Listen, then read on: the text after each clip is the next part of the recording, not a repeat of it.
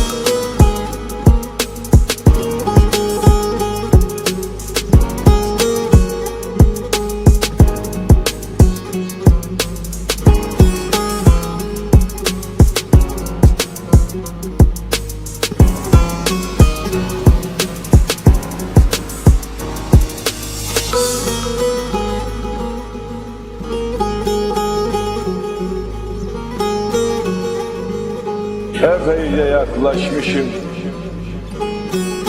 duyuyorum, anlatamıyorum.